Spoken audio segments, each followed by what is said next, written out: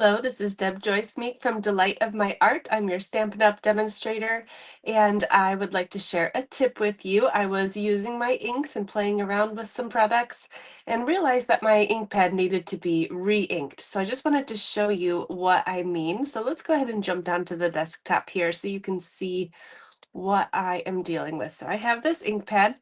Our Stampin' Up! Ink pads are really cool that the ink is stored upside down in the container.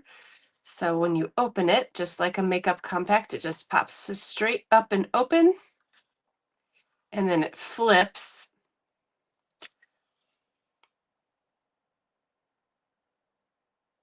The ink is stored upside down, so the ink should be towards the surface of the pad. But if it is getting dry, you'll notice because your images are not quite as crisp or as dark as you want them to be. This is one of our darkest inks.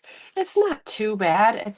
It's got some color to it, but it could be a lot darker. Sometimes it gets a little blotchy. So I wanted to show you how to re-ink your stamp pads. So you take your re-inker and you'll just open it and just kind of draw some squiggles on your pad, and you'll notice if it's quite dry, they immediately soak into the pad. If you have moisture that's kind of sitting on the top, you know that you can just spread that in, then test your stamp again. But since that was so quick, I'm going to go back again the other way here, just like this, and you can see all of that ink just immediately soaks into the pad. I have nothing left on the surface. It's all been soaked in. You can kind of see those lines still. Let's go ahead and we'll test that right there. I do often when I'm stamping, I'm using the center of my ink pad. So I will use just a little bit more in the middle there. Okay, that should be good for now. Let's go ahead and test that. I'm going to put my lid on here, but we may need some more. This is one of my favorite tools in my craft room. If you don't have plastic spoons to push the ink into your ink pads, make sure that you pick up a pack at the dollar store next time you're there.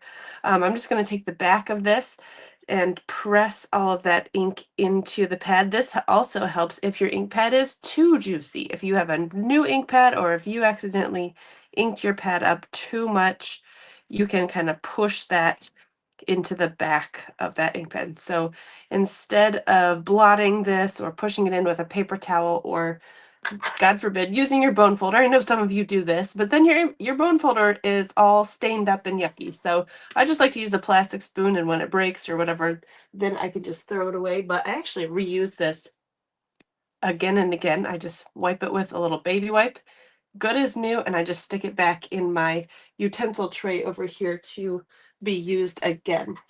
So I'm going to ink this up again,